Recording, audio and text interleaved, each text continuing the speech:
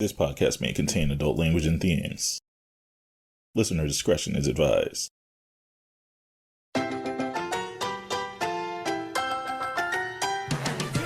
Welcome to the Tokyo Tea Party podcast, where we have real talk about real life in Japan with people who really live here. My name is Samuel Darbouze. I am a 38-year-old American from New Jersey originally. I have lived in Japan for 13 years. I've been teaching English. I'm also pursuing a career in logo design. And as far as my gifts in the culinary arts, I don't have many to speak of, so I'm very much looking forward to this conversation. I think this is going to be a great episode. I know I'm really looking forward to it, and I have two great guests to dive into the complexities and the pleasures of cooking and eating food from home in Japan. Let's have our guests introduce themselves. Okay, so I'll start. My name is Biankah Bailey. I am 40 years old. I turned a big 40 in the past summer. I am a Jamaican national. I've been living in Japan since 2007, so many years. I am an English teacher, and I am also a writer. I have edited and published an anthology of short stories and poetry for Tokyo Poetry Journal in Tokyo called Umoja, which is a collection of pieces by Black writers and creators from all over the African diaspora. I also I have done a podcast in the past before, so I am really a fan of this medium. In my free time, I like to cook. I'm a home cook, and I also bake. On weekends, I make bread and bagels for sale. If anybody wants to jump in and get some things from me. Drop them plugs. Drop them plugs. No shyness here. Yeah. So, if you want to find me on the internet, I'm at Biankah Bailey on Twitter. Well, formerly Twitter, now X. And also on Instagram. So the spelling for that is at Biankah Bailey, my full name. And thanks for having me, Sam. Sak passe. Nabule. Okay. What's the name of that podcast, by the way? Is that still up? The podcast is still, the episodes that I did are still online. It's called the One Mic Project, and it's a storytelling podcast with people telling different real life stories on a certain theme. So you can still find that on Apple Podcasts and on Podbean, where it's originally hosted.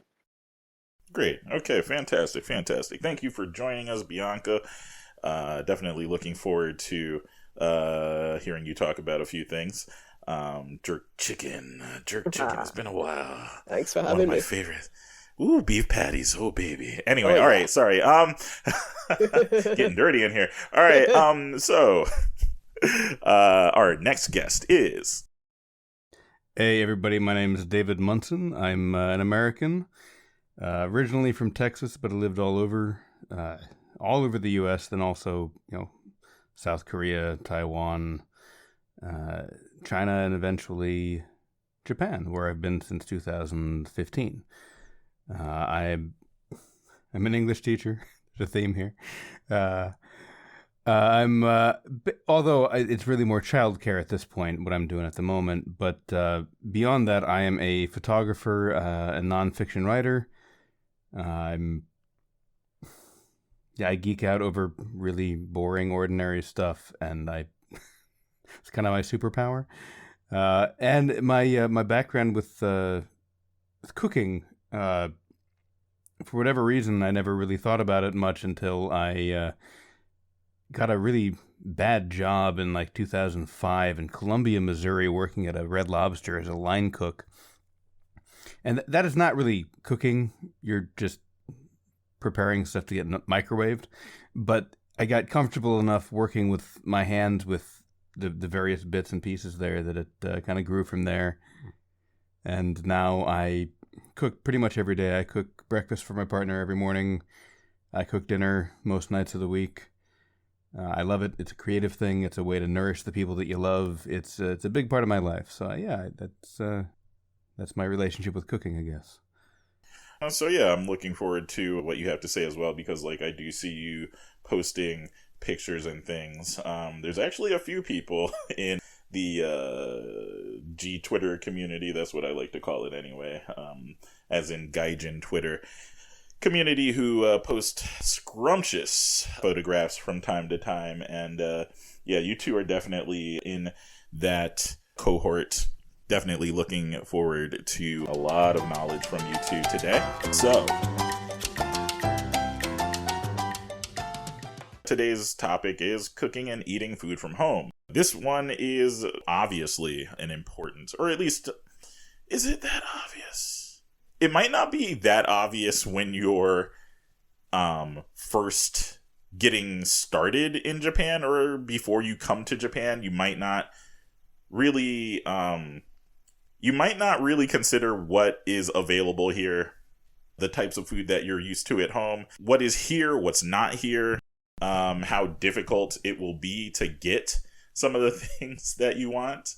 One time I tried baking Cheerios once. What? It was a moment of great desperation.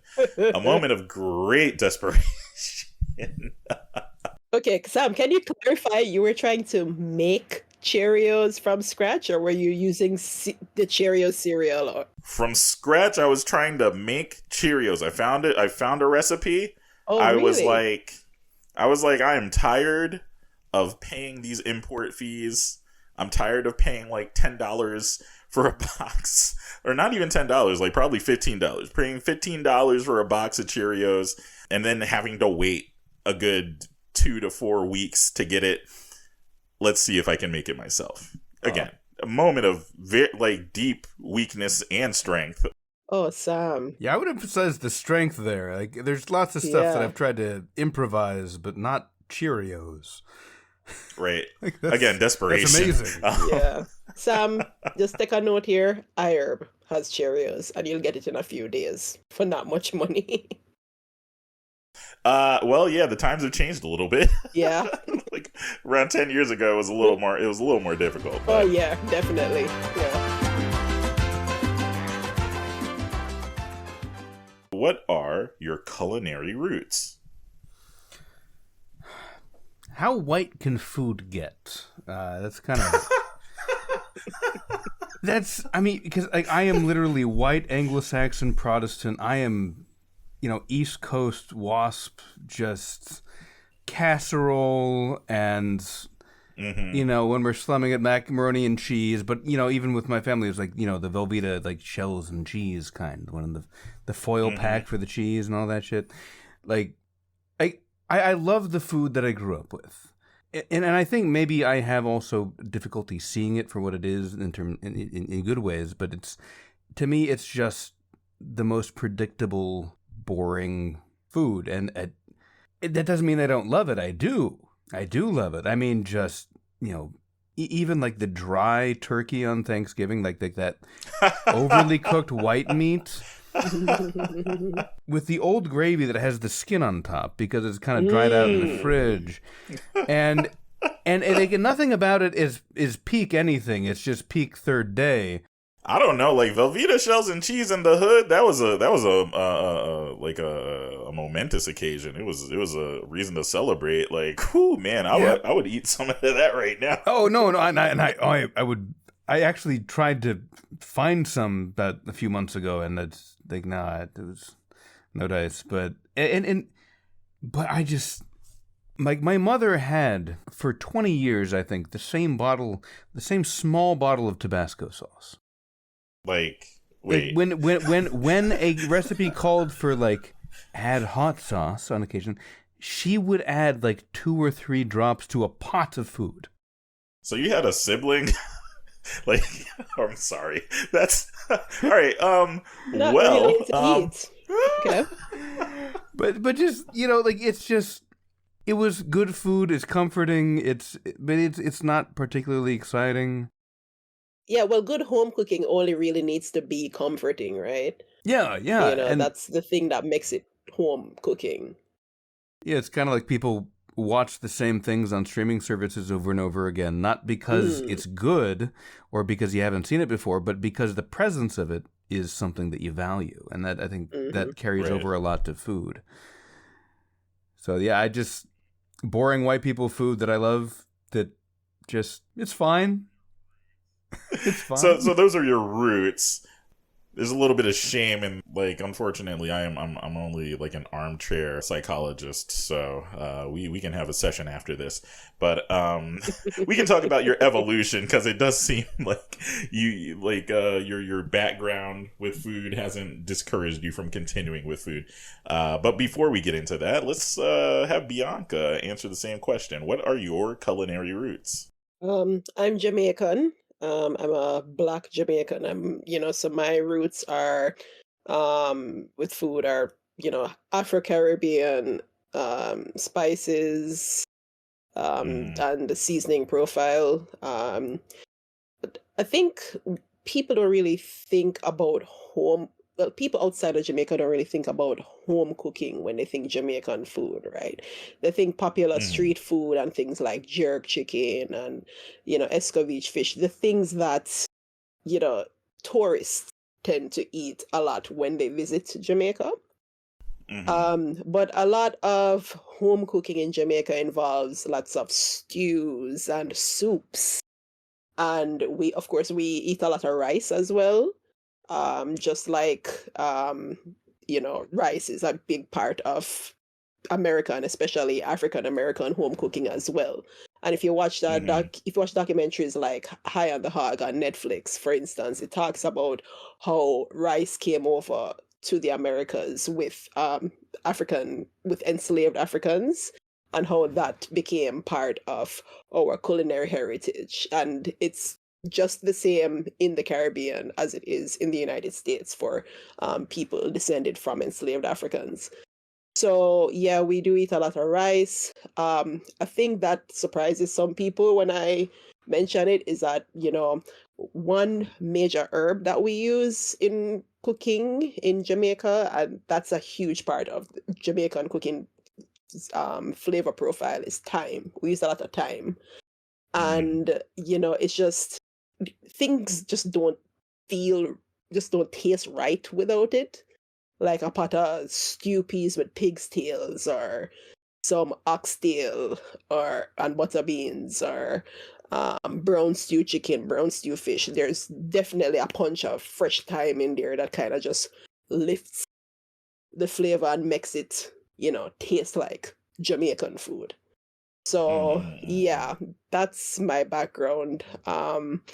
My mom cooked, pretty much all my meals. Like, we didn't really have a lot growing up, but my mom always made sure that I had hot meals every day. Sometimes, Mm-hmm. she would even get up early in the morning, like around 5 o'clock, and cook food for me to take to school for lunch. So I've always grown up around people cooking. Eating out was always kind of like a once in a while treat. And lots of the processed foods that you have in America, like, the Velveeta and so on, Mm. in Jamaica, stuff like that's expensive. So we didn't really eat a lot of that kind of stuff growing up, except if, for instance, a relative from abroad came over and brought things from America, or sent a barrel with all of these things, and then, even like Kraft mac and cheese would kind of like be a treat just because it was foreign food, you know. But yeah, that's, yeah, pretty much my background, like just cooking pretty humble but still very flavorful dishes. All right, beautiful. Just quick question, like, what kind of rice are we cooking in Jamaica? Because, like, in the hood, in the U.S., my mom cooked a lot of brown rice and beans, like Hmm. almost every night. Brown rice and beans, baked chicken. I never got sick of it. Oh yeah, no. I never got sick of it. Yeah, never getting sick of that. We have a similar type of long grain rice to you guys, like similar to Carolina Gold, that variety of rice. That's the the type of rice that we have in Jamaica as well. So, moving to Japan, getting used to like sticky Japanese rice, that was definitely an adjustment for me. Mm, Like I'm sure it right. was for like lots of Americans who grew up eating rice. I'm hoping before the end of this recording, one of y'all can tell me where I can get a bag of brown rice. I'm putting my hands together right now. I'm just praying. But anyway, I just buy it online. Although it is the short grain stuff. yeah, like long grain. Just side note, when you come to Japan, you're going to, especially if you're eating in coastal towns, the rice. I never tasted rice. Let me tell you, I've never tasted rice until I went to Toyama, and rice is delicious. I did not know how good rice can be. After my 5 years in Toyama, I came to live in Kanto, which is where Tokyo is located, and the rice is bland and damn near flavorless in comparison. Yeah. You don't even know what rice is yet. But anyway. Yeah. Let's continue on that. So those are your roots. That's your background with cooking. Can I offer just one more perhaps telling nugget about rice actually? Sure. Yeah. That in my East Coast, white American household growing up, the only time we really had rice was it was rice-a-roni. Yeah.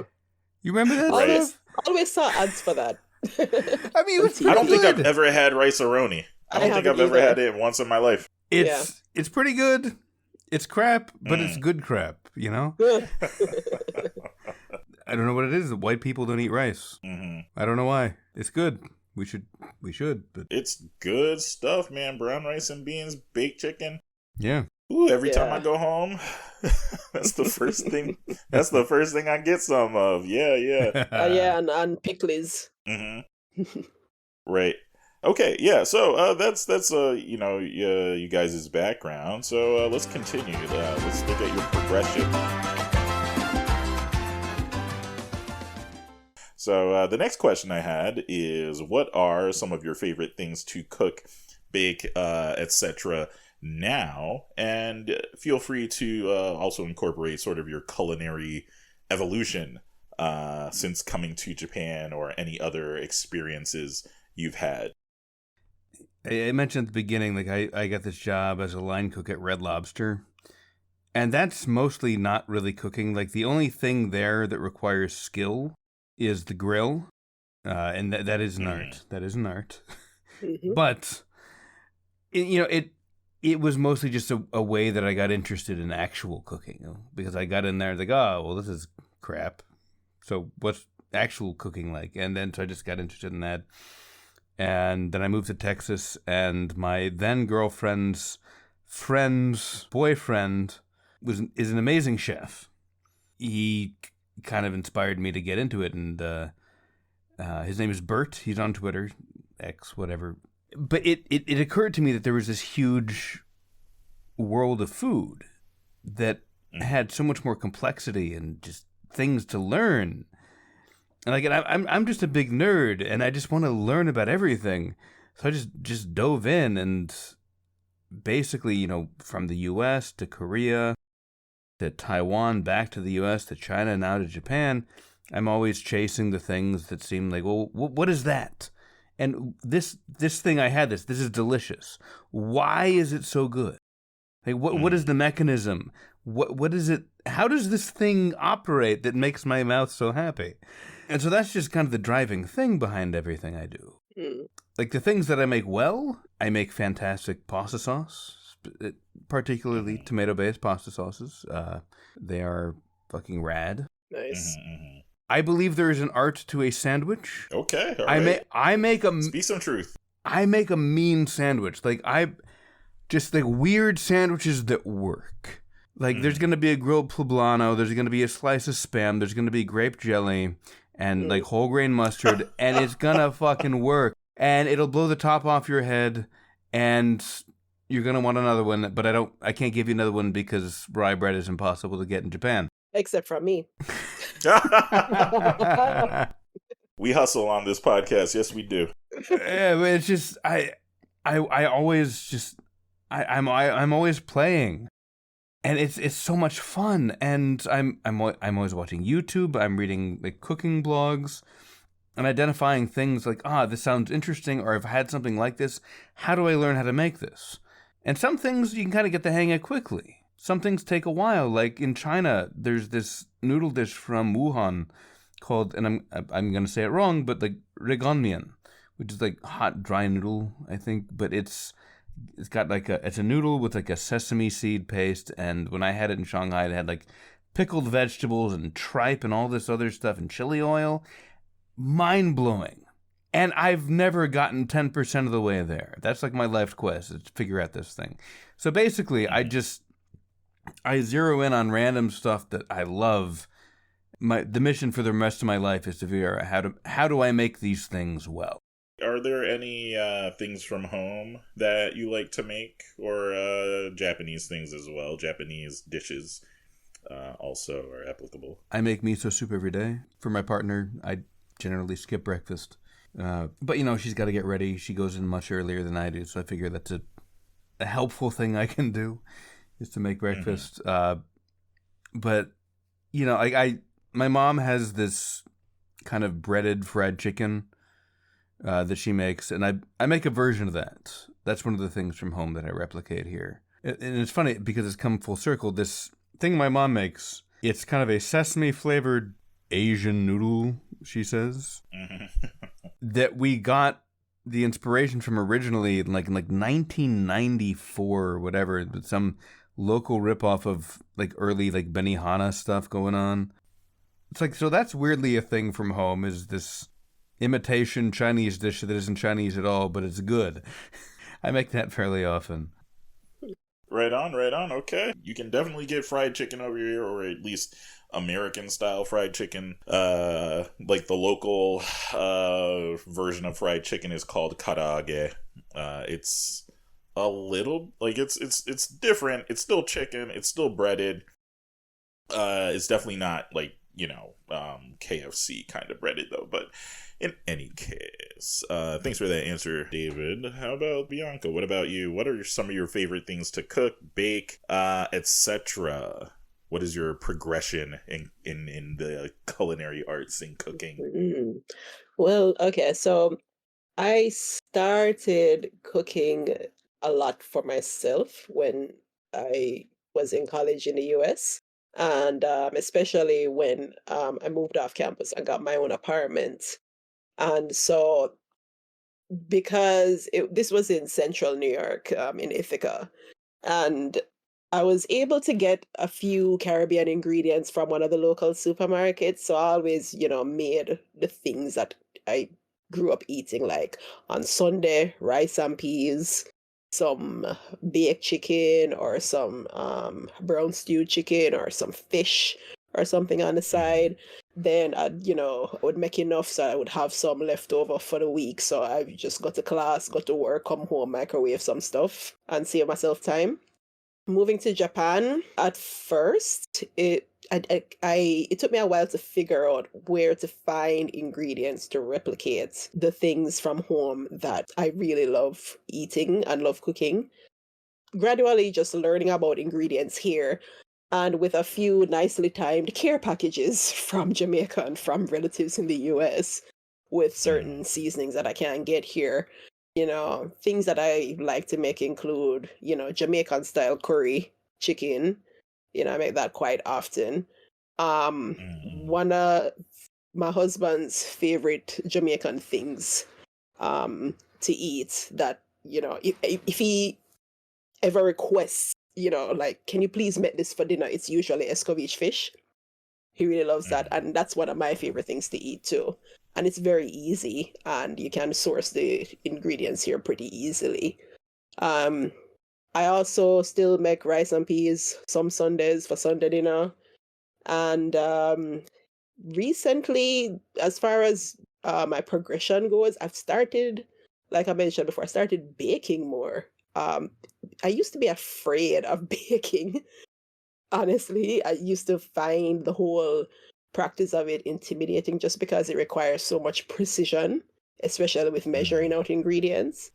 But I kind of just hit my stride with baking bread. There's something about making bread that I find very, meditative and relaxing.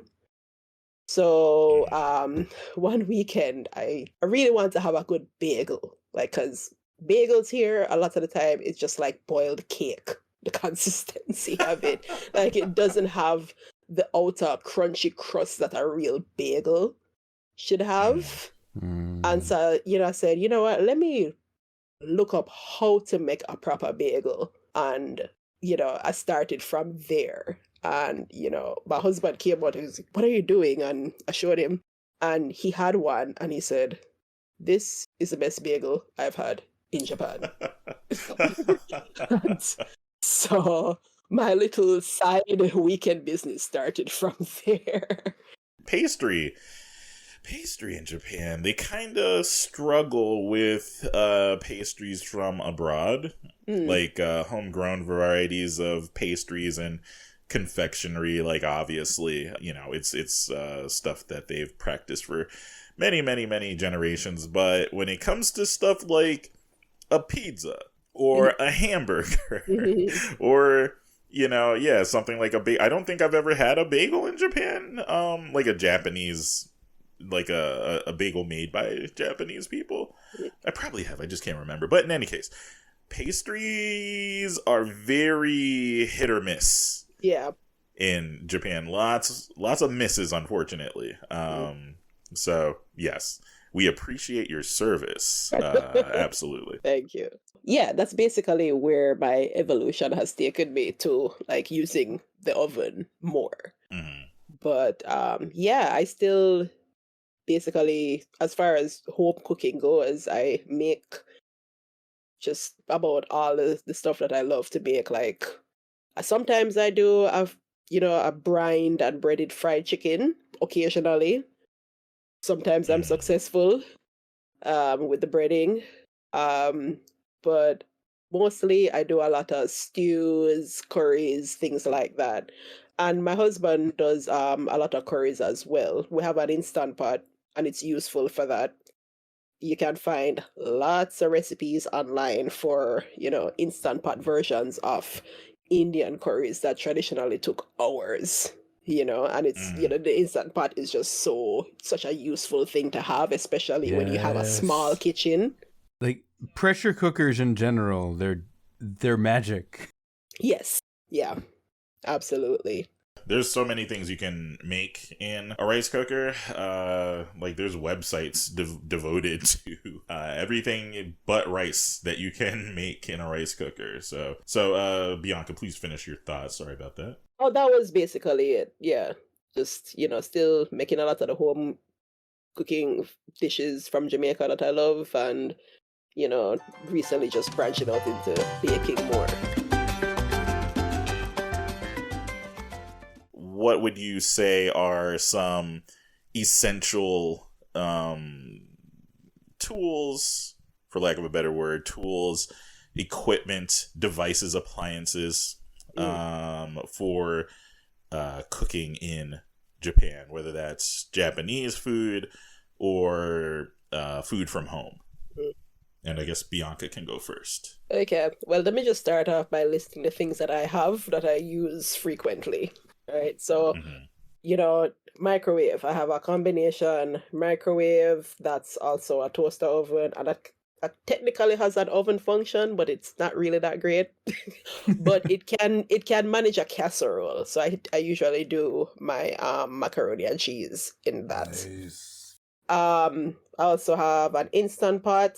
My husband uses that a lot to make chili and curries and, lots of pressure cooked foods.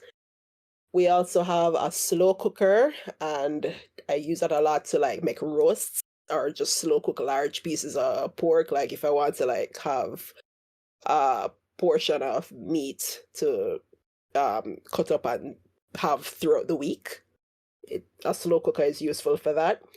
And I also have a GE roaster oven, and that is what I use for all my baking. It's an actual turkey roaster from America that we got from somebody off Craigslist years ago. She used it once to make a turkey for Thanksgiving, and then it was just like, okay, I have no more use for it anymore. Let me just give it away. So, yeah, we got that thing, and Nice. I've been using it just like for untold numbers of baked items and roasts and roasted things and things of that nature. So having a working electric oven that you can like remove from your kitchen, because again, apartment living in Japan is going to be a tiny space, right? So having an electric oven that you can like move out of your kitchen and store somewhere, that's helpful to have. Why do People, we need electric ovens in the first place? What's the oven situation in Japan? we do not have gas ovens in the gas range here in our Dun dun kitchens. Dun dun. dun Right. dun. We do not. Like most kitchens in apartments here, it's just like a two-burner stovetop with a fish griller or broiler underneath, and that's it. So if you want to bake, you have to have an electric oven option. Um, People can also use their microwaves to do a lot of things, like making baked potatoes. And my husband made some fine baked potatoes tonight for dinner just by microwaving them 7 minutes on each side, and they were brilliant. Easy peasy. Um, Mm-hmm.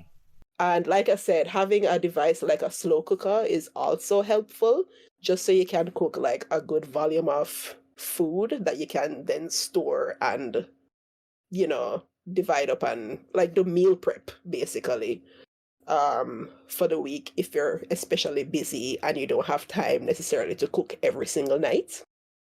So yeah, those are some devices I think it's helpful to have. Oh yes, an immersion blender for making sauces and purees.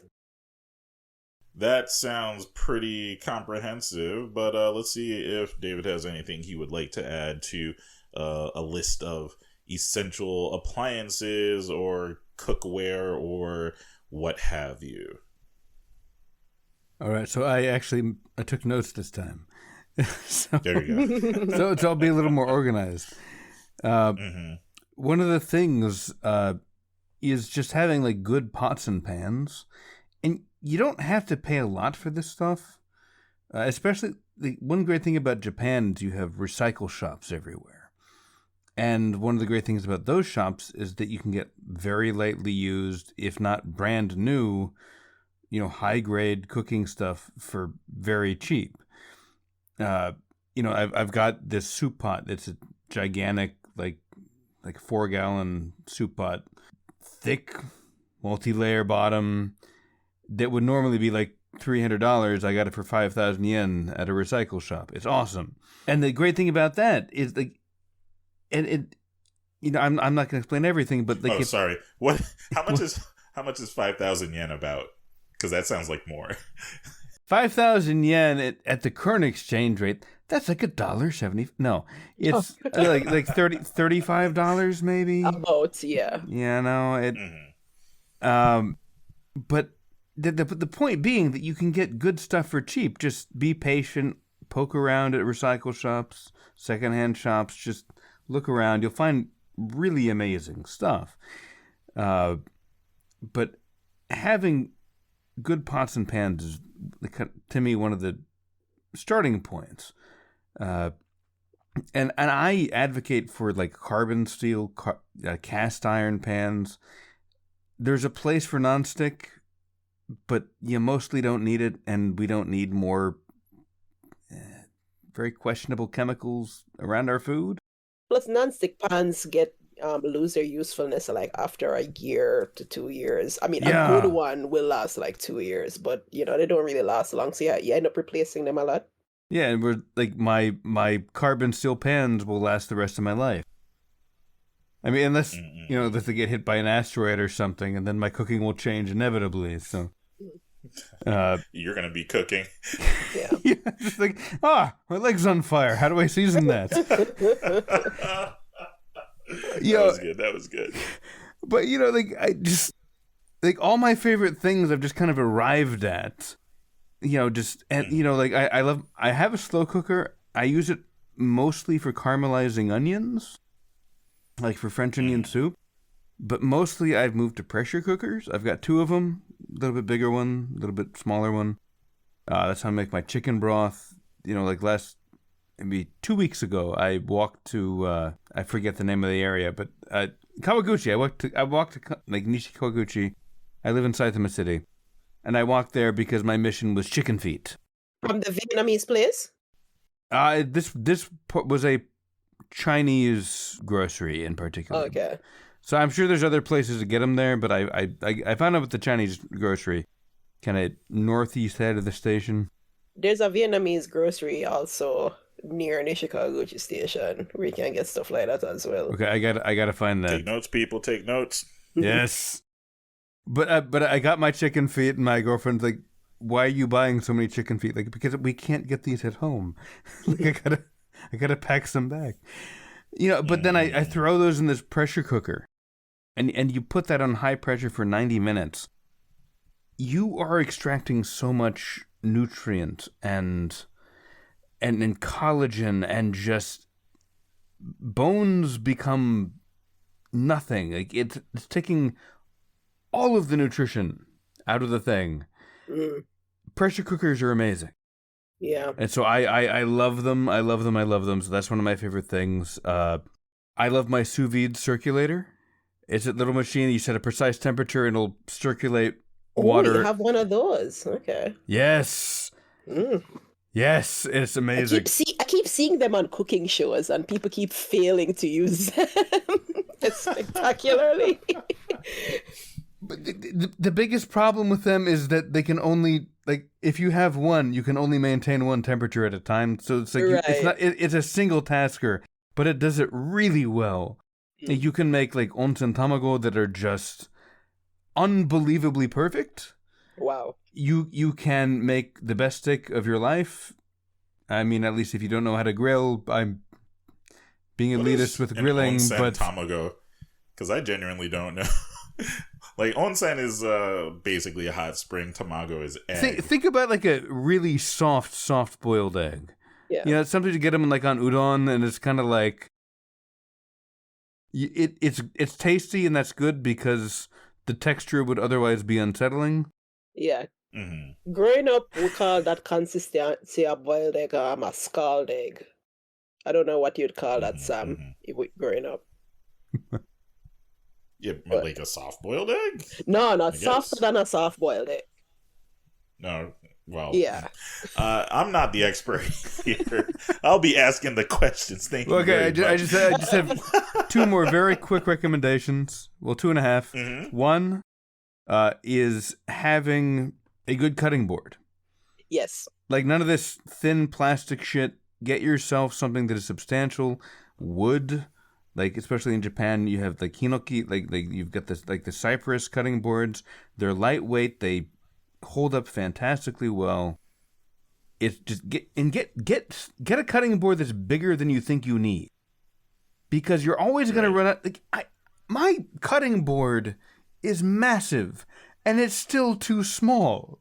Like I just want a cutting table at this point. Like just get a good quality wooden one that's gigantic. And on that, and this is the second thing, get good knives. And again, you don't have to spend a lot. I still use almost every day the first, like, santoku, like, that's, like, kind of the Japanese general use kitchen knife in Japan, is the santoku.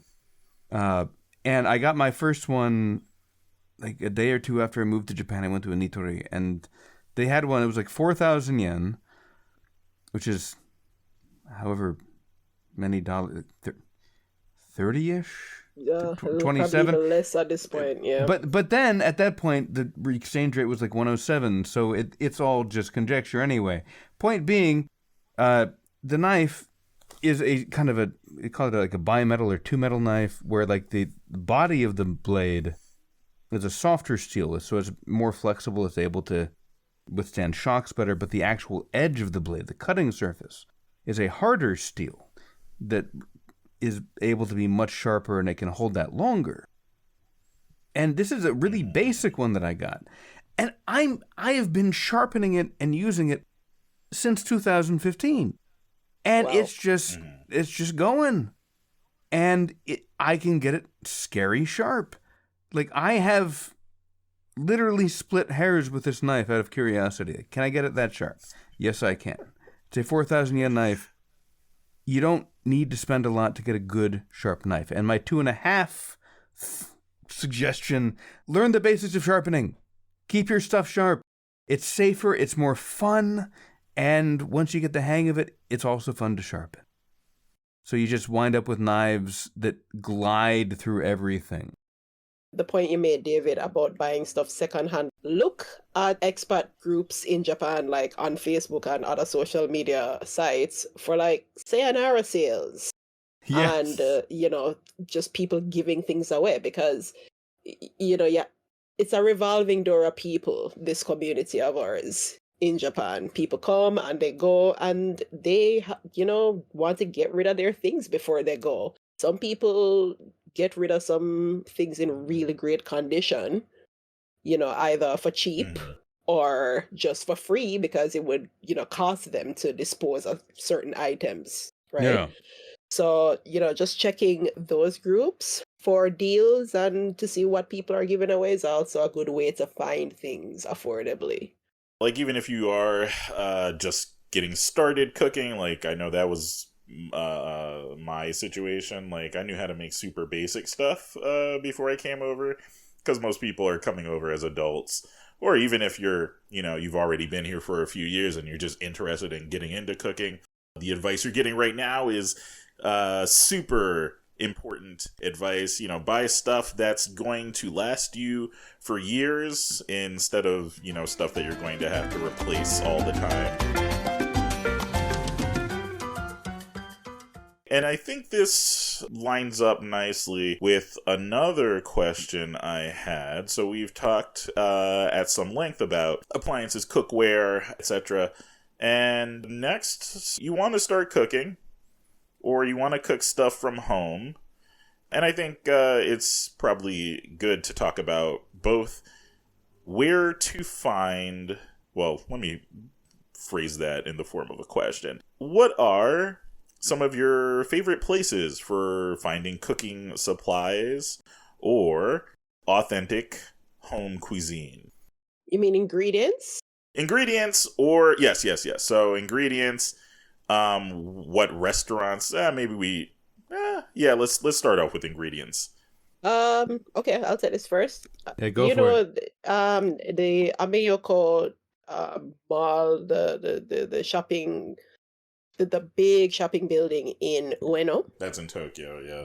Right. So the big Ameyoko market or plaza, in the basement, there is a market that sells all manner of, ingredients from all over Asia. You can even buy a live turtle if you want. Okay.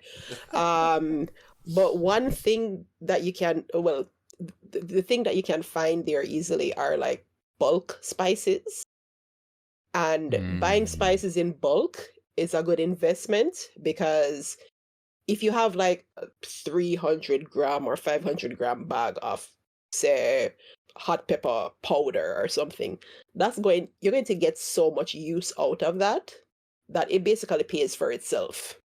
And so you can find ingredients like that in, a market like the Ameyoko Plaza in Ueno. Or if you can find another place like that, depending on where you live, just buying spices in bulk is always going to be a good deal. So even if you can't find it in a physical market, just looking online is the best way to like buy spices, instead of just buying a small bottle of this here and there at the supermarket, because that's going to add up and it's just not going to be very cost effective.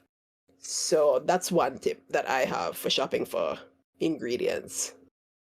What about restaurants? Because Again, Japanese restaurants, sometimes you'll find, immigrants from abroad that have started restaurants in Japan, and, obviously that food is going to be far more authentic. Sometimes you'll see Japanese chefs that are dabbling in foreign cuisine, and sometimes they've trained abroad or whatever, and they've learned how to make authentic cuisine. And sometimes you go to a family restaurant and somebody's microwaving some carbonara or something. So does anything come to mind as far as a favorite restaurant for Jamaican cuisine, American cuisine? Well, unfortunately, my two favorite Jamaican restaurants that in Tokyo have closed for good, so I don't have anything to recommend. Right, That's as too far bad. as Jamaican food goes for dining out. Um, but yeah, one thing you can do is go to the the cultural festivals, like the whatever, if they have like a Caribbean festival or a Latin American festival Right, or right. that, because no matter what culture is on display, you're going to have a whole a diverse array of food trucks there selling all kinds Mm-hmm. of food. And those food trucks are usually run by people who, are like cooking authentic like food from or cooking authentically like the food that they're like selling. Like there's this one Jamaican food truck that is usually out at the UN University Farmers Market on Sundays, some Sundays in Shibuya. Mm-hmm. Um, I don't have I can't remember the name of it the food truck right now, but I will find it and send it to you so you can like post it for your listeners somewhere. But Yeah, we'll put it in the show notes. yeah. So, just like finding like small vendors like that too, not necessarily restaurants. That's also a good way to find, authentically made foreign food. Also during the summer, if you go to the beach, like the beach huts in, some places like in Kanagawa, like Morito Kaigan, they have, Mm-hmm. people who, basically just set up shop there for the summer, and that's how they make their money for the year. There is this one Jamaican man who goes on there and makes jerk chicken. That's this guy named Twitch, and his son Mm-hmm. also works with him. And every summer you can find him there just cooking up, just firing up the grill and making some real good, authentic jerk. And you know that's not a sit down restaurant type deal, but it's still really good food. Mm-hmm. So yeah, the farmers markets, the cultural festivals, wherever you can find a diverse array of food trucks, that's always going to be some decent food somewhere. Yeah. Right on, yeah. So yeah, find those international festivals, find those cultural festivals, and you will get a taste of home. So it's region specific, obviously, Hmm. but you should be able to find something. Yeah. Even way out in Toyama, there was lots of cultural stuff, like festivals and international festivals and things of that nature. And like at least once every 3 months, you were able to get either stuff from home or fantastic authentic food from people who have been making that food their whole lives. So Right. fantastic suggestions. Okay, what about David? What are some of your favorite places for finding supplies for cooking? Day to day, it's not much of a problem because, you know, as a busy, tired person, I don't get too ambitious during the week for the most part. Mm-hmm. And so even with most, like, if I'm making like kind of an American kind of thing, that's not typically hard to find what you need. And if I'm cooking Japanese food, obviously that's easy here. But for me, like, where it gets interesting is primarily going to like greengrocers, like yaoya in Japanese. The places that are selling just fresh, often locally grown vegetables, and depending on the season, they're going to be carrying stuff that you're going to, what is that? What is this plant? What do you do with it? That's one of the best things, is to not know what something is, because then you get to discover, okay, what is this? What is it used for? How do you eat it? What can I do with this? And so you spend like 180 yen on some long green thing that you've never seen before, but then it turns into something fantastic.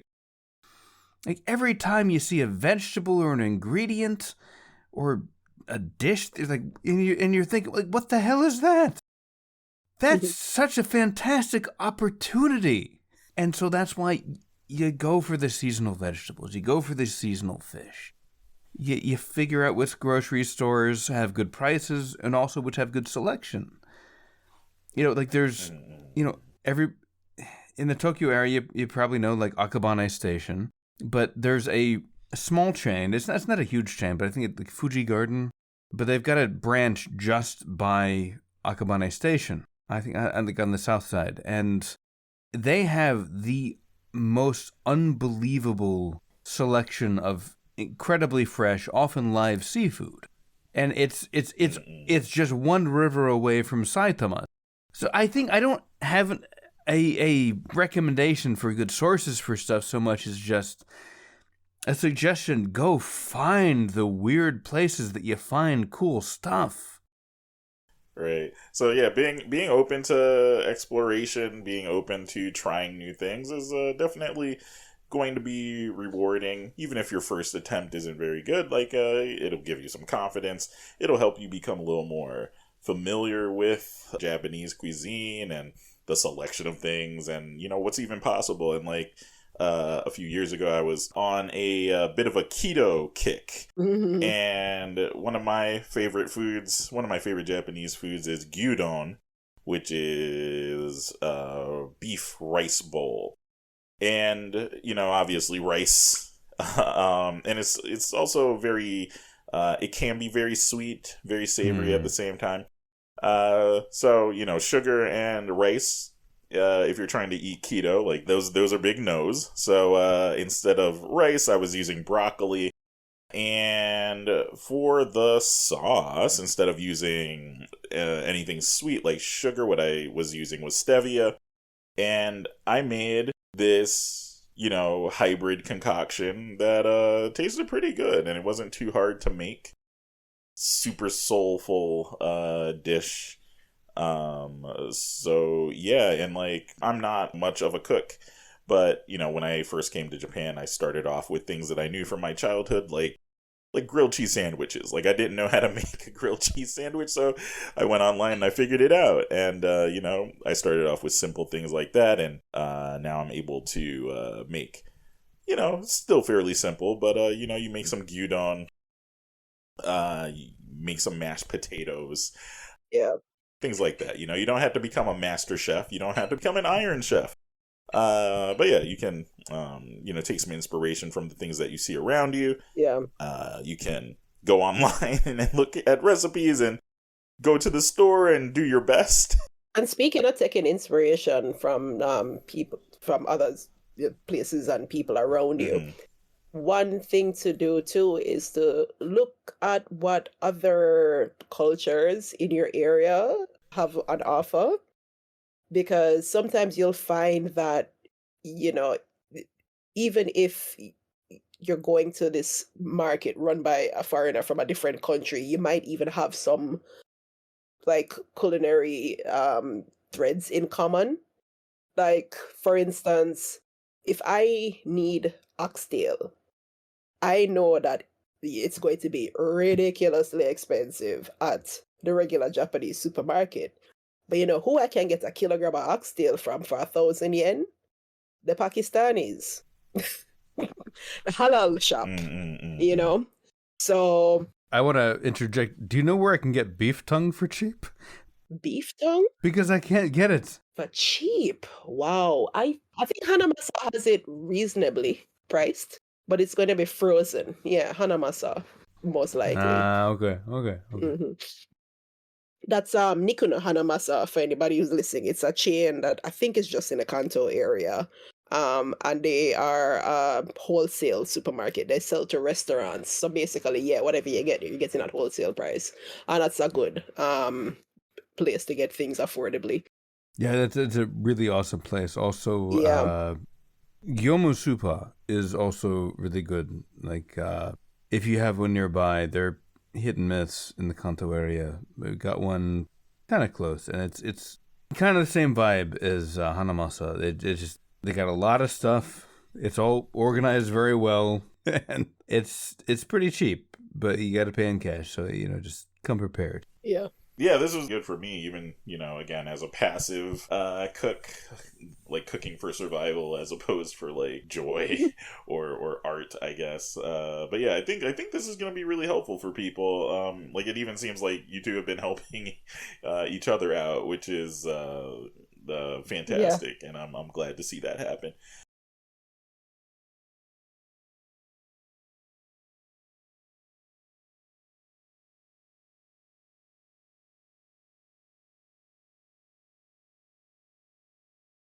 That just about wraps it up.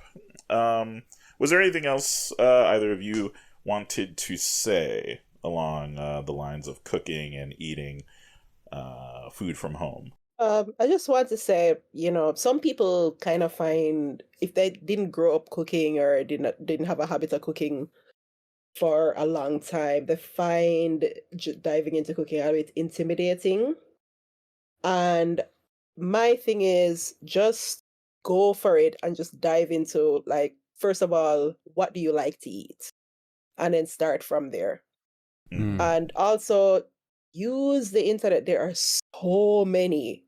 There's just a whole wealth of recipes online. And it's because, you just have all of these blogs and so many, people just willing to share all of this knowledge on the internet. And there are just so many things you can learn about food and cooking just by looking for this information. Also just want to reiterate what David said about buying seasonably when you seasonal ingredients when you can, because that's going to be, better for your wallet. And it's, as a general practice, if more people do it, it's better for our environment. So Right yeah. on. That's one thing I had to add. Okay, David? Based on my own experience, that it comes down to two things: have fun and be curious, and just being open to tastes, flavors, styles of cooking, things that you've never heard of. Just try it and learn how to cook it. Right on. Just get curious about stuff. Have fun. Follow your curiosity and have fun with it. And rejoice that you can use your curiosity to make something that feeds your friends and keeps your loved ones alive. I mean, that's awesome. Yeah. Right on. Yeah, and also bonus dating tip: when you're filling out your online dating profile in Japan, don't even bother putting your name in there. Just put "I can cook." That's what you want to put for your name. You're gonna beat the algorithm. You're gonna beat all the chats. Did that work for you, Sam? Did that work for you? I don't cook and tell. I do not cook and tell. So.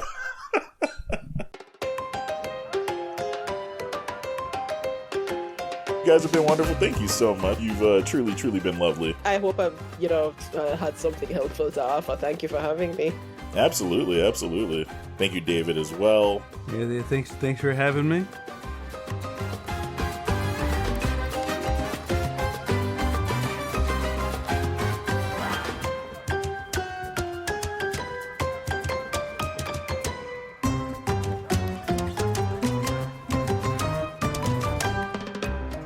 Thank you for listening to the Tokyo Tea Party Podcast. A very special thanks to our gifted gourmet guests, Biankah and David. Vibrant tropical salsa and rhythm of Havana, courtesy of Toontank and Pineapple Music. For my socials, information about the show, and information about this episode's guests, please check the show notes. If you've enjoyed today's episode, we love it when you show love. Give us a like, a share, a comment on social media to help the podcast grow. And if you find this podcast especially valuable, consider becoming a patron of the show at patreon.com/Tokyo Tea Party Podcast. All one word. Your support means so much. I've been your host, Samuel Darbouze. Be easy, y'all. Mina genki de ne. Peace. Yeah, great chatting with you as well, David. Nice to meet you. It is. It's weird to meet in public, but here we are. But